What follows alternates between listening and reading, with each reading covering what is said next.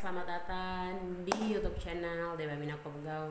Oke, kali ini saya mau menceritakan pengalaman saya tinggal bersama dengan teman-teman yang kena COVID. Oke, saya mau menceritakan. Sebelum itu, teman-teman yang belum subscribe boleh subscribe dan menyalakan lonceng notifikasinya. Oke, kalau sudah, terima kasih yang sudah subscribe, dan yang belum juga terima kasih. Oke, kita lanjut.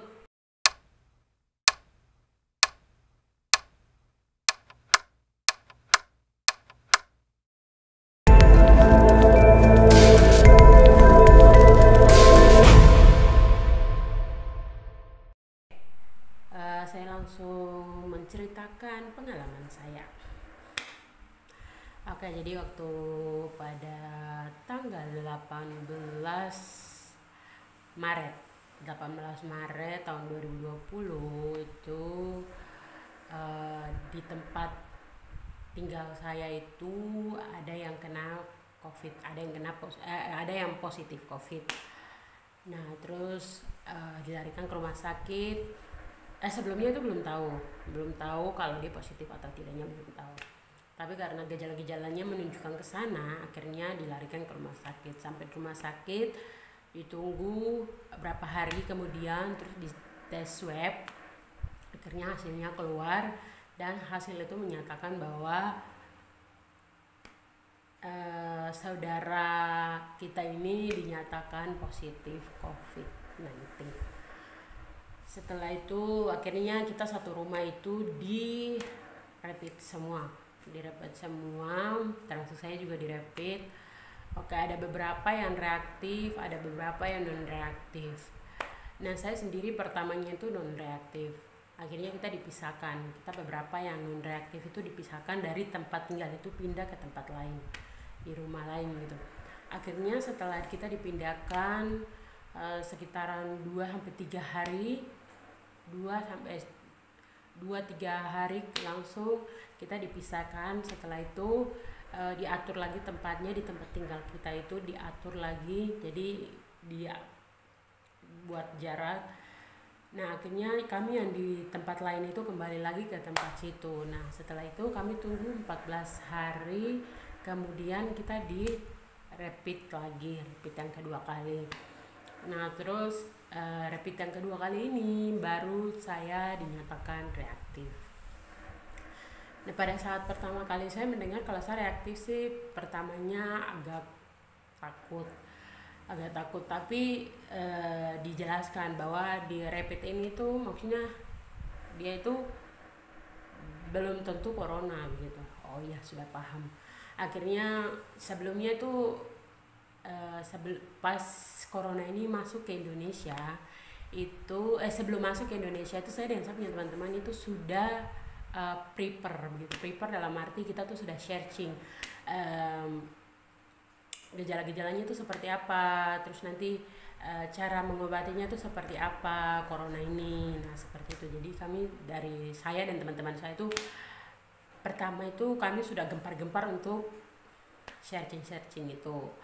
Jadi pada saat dengar ya sudah tidak kaget, tapi pada saat ya tahu kalau saya reaktif dan beberapa teman-teman saya reaktif, ya agak kaget juga gitu.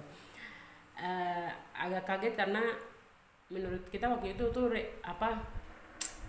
rapid test itu tuh kayak apa, maksudnya benar-benar sudah kena COVID gitu. Tapi akhirnya dijelaskan ya sudah biasa saja seperti itu.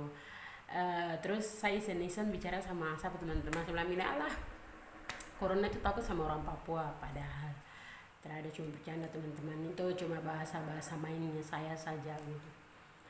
Akhirnya setelah itu kita tunggu sampai kita tes rapid yang kedua kali lagi. Hasil saya masih sama guys, masih reaktif. Akhirnya kita tunggu lagi 14 hari lagi. Selama 14 hari full itu kita tinggal di dalam kamar saja, tidak keluar dari kamar.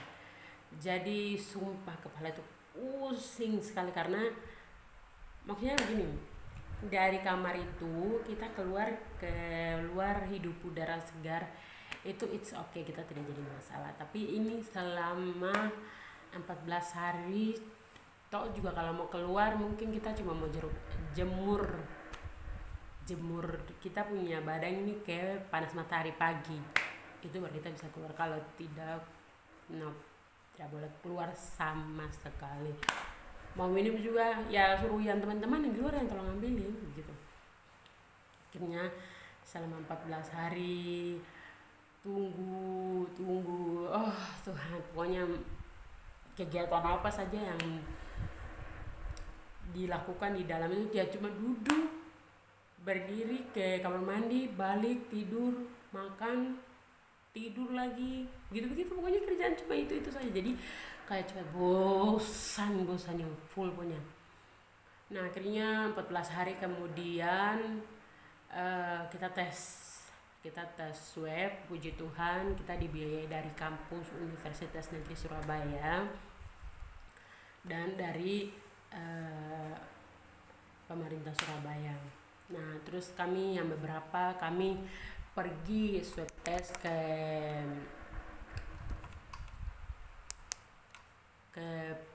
UNER, rumah sakit UNER.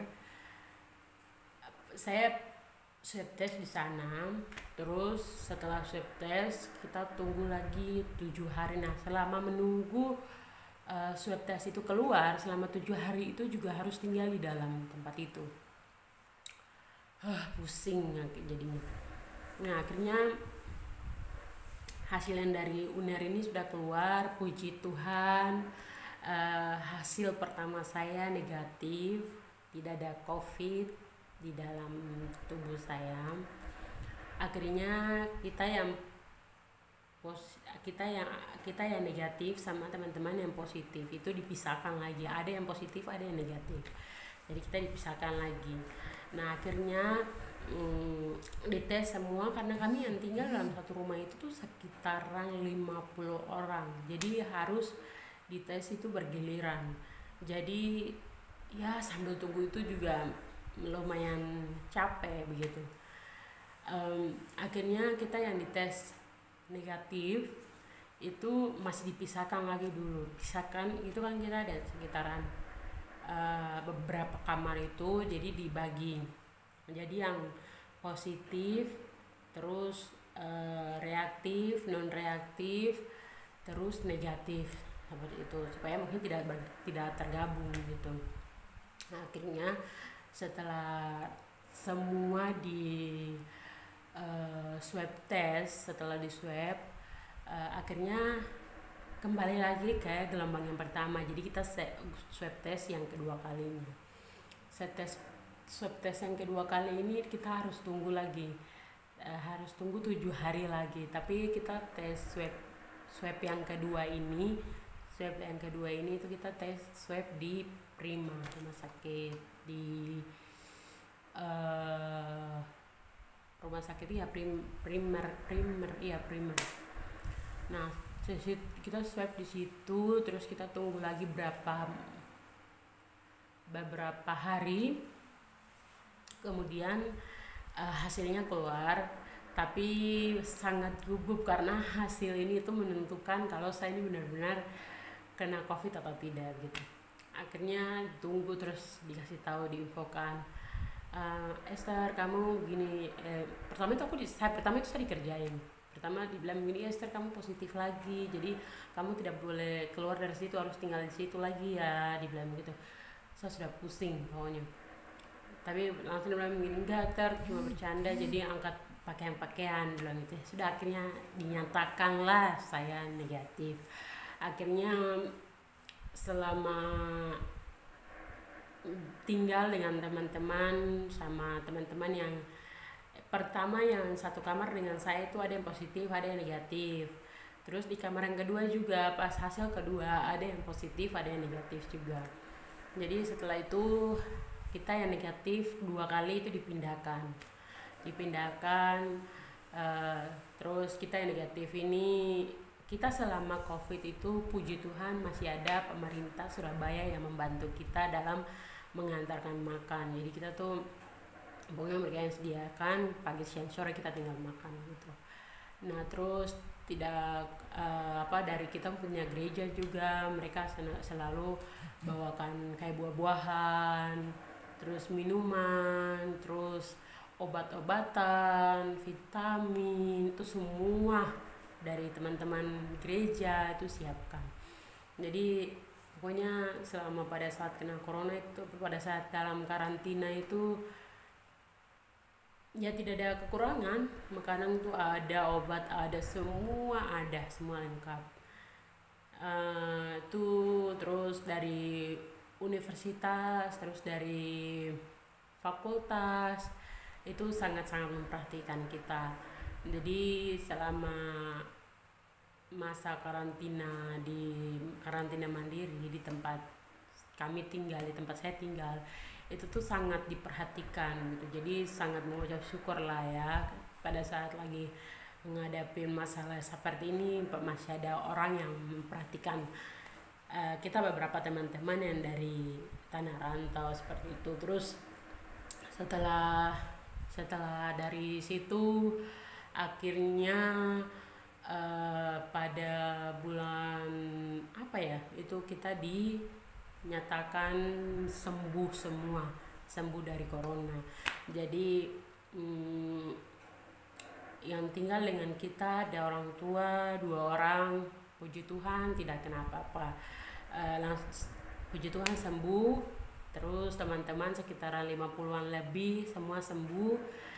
Terus akhirnya keluar di berita ini beritanya seperti ini. Terus kami ya pokoknya mengucap syukur lah bisa sembuh dari corona itu. Nah terus saya juga mau mengingatkan dan mau memberitahukan bahwa corona ini memang ada, cuman kembali ke diri kita gitu. Ketika kita sehat, ketika kita tidak apa-apa, itu corona juga tidak akan ini, karena imun kita tuh bisa lawan seperti itu. Jadi selagi badan sehat ya banyak olahraga, banyak minum, terus tidak boleh keluar-keluar. Maksudnya kalau tidak boleh keluar-keluar ke tempat ramai, supaya ya setidaknya kita bisa meringankan beban-beban para dokter, para pemerintahan gitu. Ini kesaksian ini pengalaman saya yang saya bisa ceritakan. Ya semoga bermanfaat untuk teman-teman semua. Jangan lupa di like, comment, and subscribe. Terima kasih. Sampai jumpa di video-video selanjutnya. Bye bye.